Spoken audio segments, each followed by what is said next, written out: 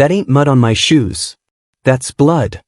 Those were the words 18-year-old Christa Pike whispered to her classmates in 1995. Just hours after she committed a crime so depraved, the seasoned detectives of Knoxville, Tennessee, didn't think a human, let alone a teenage girl, was capable of it. She didn't just kill 19-year-old Colleen Slemmer. She tortured her for 60 minutes. She carved a pentagram into her chest while she was still breathing. And when it was finally over, she reached into the remains and took a souvenir, a piece of Colleen's skull that Christa would carry in her pocket for days. Now, after 30 years of silence, the clock has finally run out. On September 30th, 2026, Christa Pike is scheduled to become the first woman executed in Tennessee in over 2 centuries. But as the needle nears, a nation is divided. Was Christa a she-devil born for the occult? Or was she a broken child created by a system that failed her at every turn? Before we dive into the crimes nobody talks about, we want to hear from you. Christa's co-defendant, who helped her that night, became eligible for parole this month, in January 2026. She gets the needle, he gets a second chance. Is this justice or a broken legal system? Drop justice or broken in the comments below. We're reading every one of them. If you're ready for the truth, like, subscribe, and let's go inside the mind of the youngest woman on death row. To understand the monster, you have to look at the cage. In 1994, the Knoxville Job Corps was supposed to be a place for troubled youth to find a future. Instead, it became a pressure cooker. Records from 2025 reveal that the facility was a toxic atmosphere, where students regularly carried razor blades and box cutters just to feel safe. This was the world Christa Pike entered. A girl born with organic brain damage from fetal alcohol syndrome. A girl who had been raped twice by the age of 18. And a girl who was already losing her grip on reality. She didn't find peace at Job Corps. She found Tatterell Shipp, a 17-year-old obsessed with the occult. Together, they didn't just fall in love. They fell into a shared delusion of devil worship and soul trapping. But they needed a sacrifice. And unfortunately for Colleen Slemmer, she had caught Tatterell's eye. In Christa's mind, Colleen wasn't just a romantic rival. She was a threat that needed to be erased. January 12, 1995. The air in Knoxville was damp and biting. To 19-year-old Colleen Slemmer, the invitation seemed like a rare olive branch. 4 months, the tension between her and Christa Pike had been a slow-burning fuse. But tonight, Christa, Tatterell, and their friend Shadala Peterson had a proposition. Let's go to Tyson Park. We have some weed. Let's just talk. Colleen, described by friends as someone who desperately wanted to fit in, agreed. She didn't know that inside Christa's jacket was a miniature meat cleaver and a box cutter. She didn't know that 24 hours earlier, Christa had told her roommate, "I'm going to kill that girl because I just feel mean." They didn't go to the park. Instead, they led Colleen toward a secluded spot behind the University of Tennessee steam plant. A labyrinth of concrete, greenhouses, and heavy industrial silence. As the group reached a patch of mud and debris, the talk ended. Court records from the 1996 trial described the transition from a walk to an ambush as instantaneous. Christa didn't start with a weapon. She started with her hands. She began slamming Colleen's head against her knee, then kicked her repeatedly in the face until Colleen hit the muddy ground. For the next 60 minutes, time became a weapon. This wasn't a quick act of violence. It was a sustained interrogation of a human soul. Every time Colleen tried to crawl away, she was dragged back. According to testimony from Shadala Peterson, the third teenager who watched the entire event unfold, Colleen Slemmer began to bargain. She begged Christa to stop. She promised that if they let her go, she would leave Knoxville forever. She would walk back to her home in Florida and never look back. But Christa's response, documented in her own later confession, was cold. "Do you know who's doing this to you, Colleen?" When the physical beating wasn't enough, Christa and Tatterell began the ritual. They used the box cutter to slash Colleen's throat 6 times. They used the meat cleaver to carve a deep pentagram into her chest. And when Colleen was still groaning, still breathing blood. Christa picked up a large chunk of asphalt and brought it down on Colleen's skull. It broke, but not the asphalt, the skull. In a moment of pure macabre focus, Christa reached into the wound. She didn't just kill Colleen Slammer. She harvested a souvenir, a small, jagged piece of Colleen's skull that she wrapped in a napkin and tucked into her pocket. By the time the three teens walked back into the Job Corps Center, they looked like students returning from a late-night stroll. But the next morning in class, Christa pointed to the dark stains on her sneakers. "That ain't mud on my shoes," she told a classmate. "That's blood." This is where the case becomes one of the most debated in Tennessee history. Shadala Peterson, the third girl, didn't strike a single blow. She watched for 60 minutes. She helped lure Colleen to her death. Yet, because she turned informant, she received only probation, while Christa awaits the needle. Was Shadala just as guilty, or was she a victim of fear? Tell us in the comments, probation or prison? Let's get into it. January 13, 1995. A University of Tennessee groundskeeper was making his morning rounds near the campus greenhouses when he spotted something on a pile of dirt and industrial waste. At first, he thought it was a dead animal, a deer, perhaps, or a stray dog. But as he moved closer, the frost gave way to the reality of a human form. It was Colleen Slammer. She was semi-nude, face down, and her body was so mutilated that the responding officers initially couldn't determine her age, or even her facial features. The crime scene was a chaotic map of violence. Drag marks in the mud, trampled bushes, and a pool of blood 30 feet long. The Knoxville police didn't have to look far. At the Job Corps Center, a simple sign-out log became the smoking gun. For students had signed out together the night before. Christa Pike, Tatterell Shipp, Shadala Peterson, and Colleen Slammer. Only 3 had signed back in. But Christa wasn't hiding. In fact, she was celebrating. While detectives were securing the steam plant, Christa Pike was sitting in the Job Corps cafeteria, eating breakfast. When a friend asked about the bone fragment she was playing with, Christa didn't flinch. "Yes," she reportedly said, "I'm eating breakfast with it."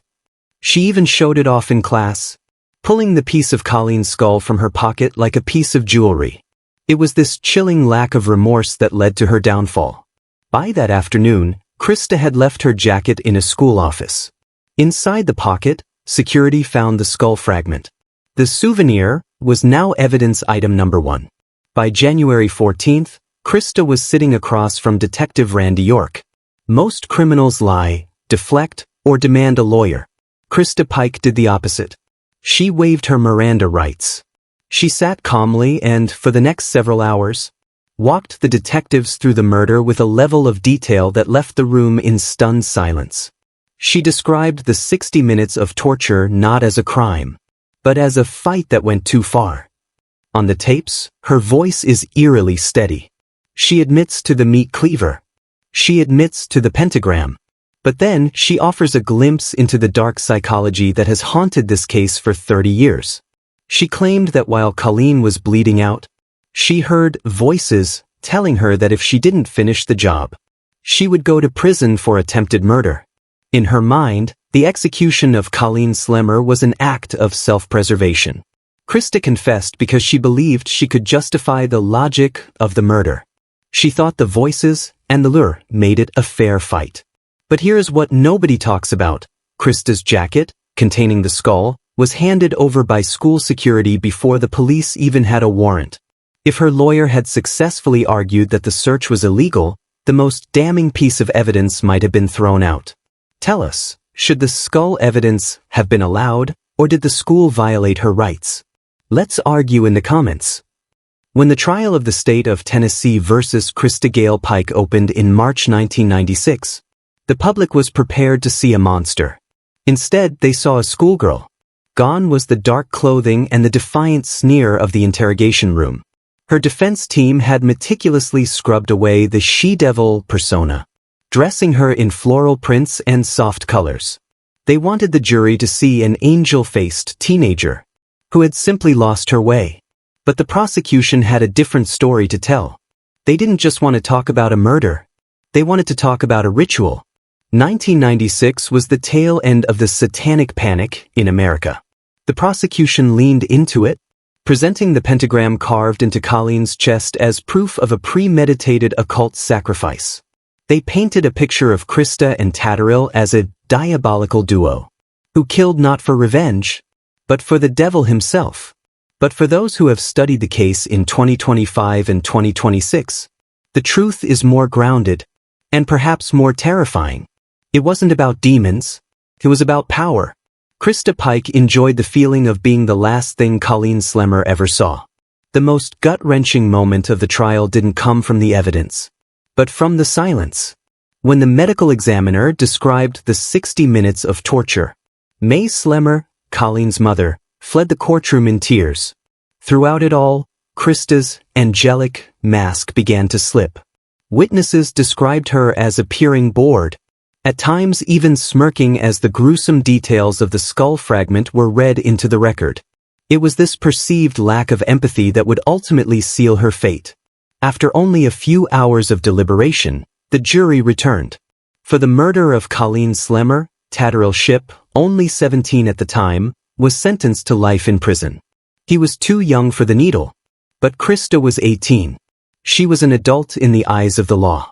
The verdict was unanimous: death by electrocution.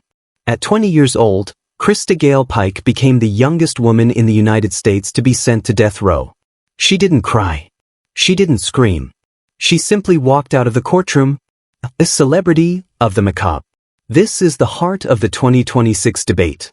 Tatterall Shipp, who carved the pentagram with Christa, is up for parole. Christa, who struck the final blow, is facing execution. Many legal experts argue that the satanic narrative was used to bias the jury against Christa's mental health issues. Do you think the Satanism angle was relevant, or was it just a way to make her look like a monster, occult or mentally ill? Share your verdict in the comments. For most inmates, a death sentence is a crushing weight that brings silence. For Christa Pike, it was just a change of scenery. Transferred to the Tennessee prison for women, Christa was placed in a high-security unit, away from the general population. But the walls didn't stop her. In 2001, just 6 years into her sentence, Christa proved that the angel-faced girl from the trial was gone for good. During a recreation period, Christa attacked a fellow inmate, Patricia Jones. It wasn't a fight over food or space. According to prison records, Christa attempted to strangle Patricia with a shoestring, nearly killing her before guards intervened. When asked why, Christa's response echoed her 1995 confession. She just felt like doing it. This second attempted murder added 25 years to her already existing death sentence. But it did something more. It convinced the state that Christa Pike was unmanageable. But the strangulation was just a prelude. In 2012, a massive investigation by the Tennessee Bureau of Investigation, TBI, uncovered a plot that sounded like a Hollywood thriller. Christa wasn't just waiting to die. She was planning an escape, working with an outside accomplice, a man named Donald Kohut who had become obsessed with her through letters, and a corrupt prison guard. Christa had a plan. They had mapped out the facility's blind spots. They had discussed using a getaway car and assumed identities. The plot was foiled just weeks before it was set to trigger.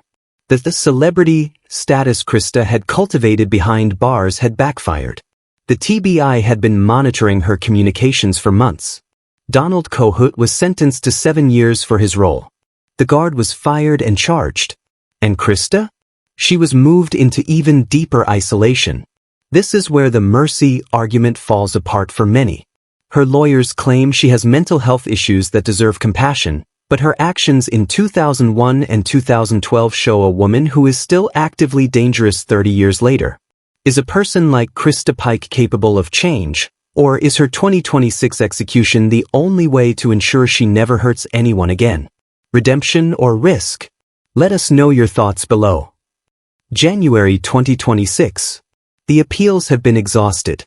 The clemency pleas have been filed and, one by one, denied. For Christa Gale Pike, the 30-year game of cat and mouse with the state of Tennessee has reached its final move.